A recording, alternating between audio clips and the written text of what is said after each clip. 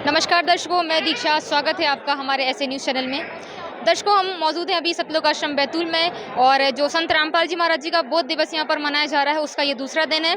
और आप यहाँ पर देख पा रहे हैं, प्रदर्शनी लगी हुई है। जो भगत हैं यहाँ के, वो सदग्रंथों को आधार बना करके पूरा जो जगत के लोग हैं, मतलब जिन्होंने संत रामपाल जी से नाम नहीं लिया हुआ है, उनको ज्ञान समझा रहे हैं। और उन्हीं में से एक आप यहाँ पर देखेंगे, आप सामने देख पा रहे होंगे, भगवती प्रसाद जी, जो पहले कथा किया करते थे, लेकिन आज आप देख रहे हैं ये इन साधारण साधारण से कपड़ों में ही और इन सभी भक्तों के बीच में सिंपल तरीके से बैठे हुए हैं। और यहाँ पर भी वो अब संत रामपाल जी महाराज जी द्वारा बताया हुआ ज्ञान यहाँ पर जो लोग आए हुए हैं, श्रद्धालु आए हुए हैं, उनको समझा रहे हैं। चलिए हम उनके विचार जानेंगे कि आखिर ऐसा क्या हुआ कि पहले भी सदग्रंथों के आधार पर ज्ञान देते हुए भी अब वो संत रामपाल जी महाराज जी के ज्ञान को अपना चुके हैं और फिर भी सदग्रंथों को ही आधार मान रहे हैं। चलिए जानते हैं उनके क्या विचार हैं। नमस्कार सर। नमस्कार जी। सर, क्या नाम है आपका और आप क्या करते थे, वो सब हमारे दर्शकों को बताइए। भाई, दास का पहले नाम पंडित भगवती प्रसाद तिवारी था। अब गुरुजी की शरण में आए तो भगवती दास हो गया। वो पहले भागवत कथा प्रवचन करता था मैं। लगभग 500 भागवत कथाएं हो चुकी और मुझे जिस ज्ञान की आवश्यकता थी वो सदगुरु संत रामपाल जी महाराज जी के सत्संग प्रवचन से सुनने को मिला। अच्छा सर, आप जब पहले आपने बताया कि आप एक कथावाचक थे, तब आप किसे भगवान मानते थे? कौन आपका इष्ट देव था? अब इष्ट तो क्या, भागवत कथा में कृष्ण को ही प्रमुख रखा जाता, लेकिन मैं आत्मा परमात्मा को ही ध्यान में रख कर के चर्चा करता था। मुझे परमात्मा कौन है, पूर्ण परमात्मा पूरा ज्ञान नहीं था, तो कृष्ण और राम जी के सहारे से ही मैं परमात्मा की चर्चा रखता था। वो संत रामपाल जी महाराज जी को सुनने के बाद में पता चला कि पूर्ण ब्रह्म कबीर परमेश्वर जी ही हैं। वो सारे प्रमाणों के साथ मैंने ये बात देखी, तो फिर मैंने नाम दीक्षा लेकर उन्हें गुरु रूप में स्वीकार किया।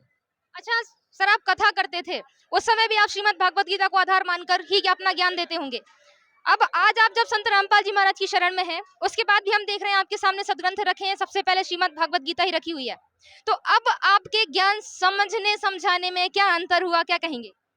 भाई, अभी तक क्या है, वेद पढ़े पर भेद न जाने, बाँचे पुराण 18 और पत्थर की पूजा करे, भूल गए सिरजनहारा। तो वेद पढ़ते थे, शास्त्र पढ़ते थे, लेकिन उसमें जो गूढ़ ज्ञान है, तत्व ज्ञान जो कोडवर्ड में लिखा हुआ था, आज तक किसी भी संत साधु महात्मा पंडित आचार्य ने क्लियर नहीं किया।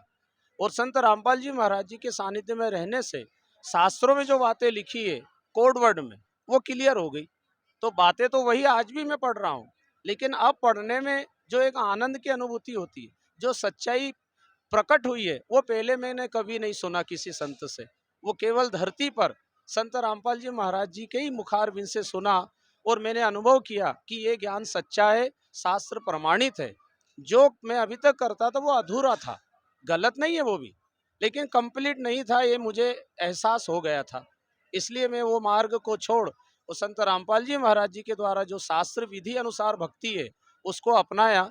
और जनता को भी मैं प्रमाण बता करके ये प्रमाणित करता हूँ कि मैं भी पहले वही भक्ति करता था, वो गलत नहीं है, पर उसके आगे का जो कोर्स है जिससे जन्म और मरण का छुटकारा हो, मोक्ष पद की प्राप्ति हो, सदा सदा के लिए हम उस लोक में चले जावे जहाँ दुख का नाम निशान नहीं है, जिसे सतलोक कहा जाता है। ये झूठा लोक है, ये मृत्यु लोक है। एक अमर लोक भी है, सतलोक भी है। उसका पूरा पूरा ज्ञान केवल संत रामपाल जी महाराज जी ही बता रहे हैं। अच्छा सर, आपने बताया आप कथाएं करते थे, लगभग 500 कथा आप कर चुके हैं। मतलब इतना आपकी मतलब प्रसिद्धि हो चुकी थी, उसके बाद आपको ऐसा क्या लगा, कैसे आपको समझ आई कि संत रामपाल जी महाराज जी का ज्ञान मुझे लेना चाहिए या सुनना चाहिए? भाई, इतनी कथा, प्रसिद्धि, धन, वैभव, मान सम्मान सब मिला, लेकिन जन्म मरण से छुटकारा पाना ये मनुष्य जीवन का सर्वोच्च लक्ष्य होता है। और वो जो कार्य मैं कर रहा था उससे मेरा लक्ष्य सिद्ध नहीं होता। और धन संपत्ति की बात तो गुरुजी सत्संग में बताते हैं कि भाई, हमारे जीवन में जब सच्चे संत सतगुरु आ जाते हैं तो लौकिक संपदा हमारे सामने तुच्छ नजर आती है। जब अलौकिक सुख, अलौकिक आनंद की प्राप्ति होती है तो ये लौकिक सुख जगत के हैं, वो हमें अधूरे से दिखने लगते हैं, अलोने से दिखने लगते हैं। तो संत रामपाल जी महाराज जी के मुखारबिंद से सुनने के बाद ये कथा के द्वारा धन वैभव मान बढ़ई ये तुच्छ नजर आने लगा। इसलिए मैंने उसको छोड़ करके गुरु जी की शरण स्वीकार की थी। सर, अब जो लोग जो पहले आपको सुनते थे और शायद अभी भी सुनते होंगे क्योंकि आपके वीडियोस तो डले ही होंगे, उन लोगों के लिए आप क्या कहना चाहेंगे? उन सभी से मेरा आत्मीय निवेदन है कि मनुष्य जीवन बड़ा अनमोल है और जो भक्ति साधना हम कर रहे हैं वो कंप्लीट नहीं है। तो इतने सारे शास्त्रों में जो पूर्ण परमात्मा की बात कही गई है, केवल संत रामपाल जी महाराज जी ही उसको सिद्ध कर रहे हैं, शास्त्रों से प्रमाणित कर रहे हैं। तो सभी से यही निवेदन है कि संत रामपाल जी महाराज जी के सत्संग को अवश्य सुने।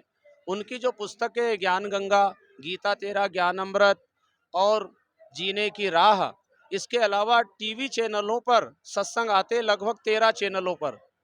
प्रातः सुबह 6 से 7 बजे तक ईश्वर टीवी पर, दोपहर 2 बजे श्रद्धा टीवी, शाम को 7:30 बजे साधना टीवी। इसके अलावा यूट्यूब, मोबाइल, सोशल मीडिया पर आप अनेकों चैनलों पर संत रामपाल जी महाराज जी को अवश्य सुनेंगे। आपकी अंतरात्मा में ये एहसास होगा कि सत्य ज्ञान यही है। तो सभी भक्तों से निवेदन है कि संत रामपाल जी महाराज जी को जरूर सुने। जब पूरी जानकारी आपको प्राप्त हो जाएगी तो आपके अंदर जो उनके प्रति रोष है, आक्रोश है या उनके प्रति विरोध का भाव है, क्योंकि अधूरा ज्ञान सुनकर आप भड़क जाते हैं। और संत रामपाल जी महाराज जी पूरा ज्ञान विधिवत बताते हैं। आप 1 महीने तक कंटिन्यू अगर सत्संग सुनेंगे तो आपकी अंतरात्मा में पता चल जाएगा कि सच्चे संत धरती पर संत रामपाल जी महाराज जी ही हैं। सर, बात करें श्रीमद् भगवत गीता की, तो उसके कुछ श्लोक ऐसे हैं जिनमें संत रामपाल जी महाराज बताते हैं कि इनके अर्थों का अनर्थ किया गया है। और आप भी पहले गीता को पढ़ते होंगे और तब भी आप भी यही सब गलत अनुवाद बताते होंगे। तो क्या आपको लगता है कि जो अनुवाद संत रामपाल जी महाराज बता रहे हैं वो सही है? हाँ, ये बात बिल्कुल सत्य है। संत रामपाल जी महाराज जी जो ज्ञान दे रहे हैं और गीता में जो लिखा हुआ है, अगर कहीं उन्होंने कोई श्लोक को गलत ठहराया है तो सभी भक्तों से निवेदन है कि उसे गहराई से सुने, समझें और विचार करें। क्योंकि कहीं कहीं पर कोई ज्ञान ऐसा होता है कि लिखा कुछ है और हम समझ कुछ रहे हैं। क्योंकि परमपिता परमात्मा का ज्ञान इतना गूढ़ ज्ञान है कि खाली संस्कृत पढ़ने से उसे समझ नहीं सकते। संस्कृत के गूढ़ार्थ होते हैं जो कोड वर्ड में होते हैं। तो पूर्ण संत आकर के उसे पूर्ण रूप से समझा सकते हैं। वो कार्य संत रामपाल जी महाराज जी ने किया जो अभी तक किसी भी साधु संत महात्मा ऋषि मुनियों ने नहीं कर पाए। जो किया वो अधूरा है। वो संत रामपाल जी महाराज जी पूर्ण संत हैं और पूर्ण ज्ञान वो दे रहे हैं। आज करोड़ों अनुयायी उनके बन रहे हैं। कारण यही है कि सब शिक्षित समाज है, आप स्वयं निर्णय ले सकते हैं। इसलिए संत रामपाल जी महाराज जी का ज्ञान सच्चा है, शास्त्र के अनुसार प्रमाणित ज्ञान है।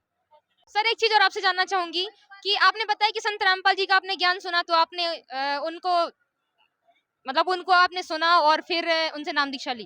तो ऐसे क्या शब्द थे जो आपके दिमाग में खटके और आपको लगा कि नहीं, मुझे इनका ज्ञान सुनना चाहिए और इनसे नाम दीक्षा लेनी चाहिए? गुरुजी का पहली बार मैंने फेसबुक पे कोरोना काल में जो सत्संग सुना था, तो उसमें सबसे बड़ी बात यह आई थी कि 3 देव की जो करे भक्ति उनकी कभी ना होए मुक्ति।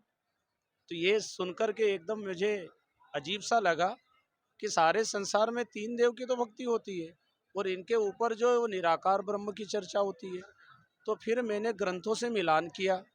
भाई मुक्ति के लिए तो हम व्रत कर रहे, उपवास कर रहे, तीर्थ जा रहे, दान कर रहे, गोदान कर रहे, सेवा कर रहे, हमारी मुक्ति हो जावे। और ये 3 देवता मुक्ति देने में समर्थ नहीं है, तो इनके ऊपर कौन है आखिर? तो मैंने सारी पुस्तकों को सुन पढ़ करके और संत रामपाल जी महाराज जी के ज्ञान का मिलान किया। और जब मिलान किया, उनके सत्संग को सुनता रहा लगातार कंटिन्यू, तो मेरे दिमाग में जो जनता से सुना हुआ था कि वो उनका ज्ञान अधूरा है, सनातन का विरोध करते हैं, हिंदू का विरोध करते हैं, ये तो देवी देवता को नहीं मानते हैं, वो बात मैंने लोगों से सुन करके मैंने भी मान ली और मैं भी विरोध करता। लेकिन जब उनके सत्संग मुखारबिंद से सुने और लगातार सुनना चालू किया तो सारी शंका का समाधान उनके प्रवचनों से ही हुआ। फिर मुझे लगा लोगों ने अधूरा सुना है इसलिए उनकी निंदा करते हैं। और उनके ग्रंथ जो हैं ज्ञान गंगा आदि पुस्तकों को मैंने पढ़ा और फिर अपने ग्रंथों से मिलान किया तो उनकी बात 100 की 100% सच्ची मुझे नजर आई। इसलिए मैंने उनके ज्ञान को स्वीकार किया। तो सबसे पहले वचन उनका यही था कि 3 गुणों की भक्ति में यो भूल पड़ियो संसार, कहे कबीर निज नाम बिना कैसे उतरे पार। तो भवसागर से पार होने के लिए जीवन मिला है। और कबीर साहब का जो ज्ञान रामपाल जी महाराज जी ने बताया, इसके पहले कभी किसी से नहीं सुना था। इसलिए दास के मन में आया कि इनका पूरा ज्ञान सुन करके उस सत्य को स्वीकार करना चाहिए जो अभी तक मुझे किसी संत के द्वारा सुनने को नहीं मिला। तो मैंने फिर संत रामपाल जी महाराज जी के सत्संग को सुना, उसका मेरे जीवन पर बहुत असर पड़ा और आज पहले से ज़्यादा मैं बहुत खुश हूँ और पूरे परिवार उससे जुड़े हुए हैं। और सभी से यही मेरा निवेदन है, अनमोल जीवन है, संत रामपाल जी महाराज जी का ज्ञान सच्चा है, उसको सुनने में निष्ठा रखें, विश्वास रखें। एक दिन आप खुद इसे स्वीकार करेंगे। जैसा आप कर रहे हो ऐसा मैं भी करता था, वही पूजा वही भक्ति। लेकिन जो मुझे चाह थी वो संत रामपाल जी महाराज जी की शरण में आने के बाद पूर्ण हुई है। आप सबकी इच्छा भी संत रामपाल जी महाराज जी की शरण में आने पर पूर्ण होगी। बहुत बहुत धन्यवाद। जी धन्यवाद। तो दर्शकों, जैसा आपने देखा, जो भगवती प्रसाद जी हैं, इन्होंने 500 कथाएं लगभग की हुई हैं, लेकिन उसके बाद संत रामपाल जी महाराज जी के द्वारा जो ज्ञान दिया गया, जो भ्रांति समाज में फैली थी, उन सब चीजों को सुनकर ये भी उनका विरोध करते थे। लेकिन जब इन्होंने संत रामपाल जी का ज्ञान सुना और तब इन्हें पता चला कि नहीं, जो ज्ञान संत रामपाल जी महाराज बता रहे हैं वो सही है और वो सदग्रंथों से प्रमाणित ज्ञान है। तो आपने यहाँ पर देखा, उनके विचार आपने जाने। तो एक बार आप भी इन चीजों पर अमल करके देखें, इनको मानना या ना मानना ये आपके हाथ में है। तो आज के लिए इतना ही। बने रहिए हमारे साथ, ऐसे न्यूज़ मध्य प्रदेश। धन्यवाद।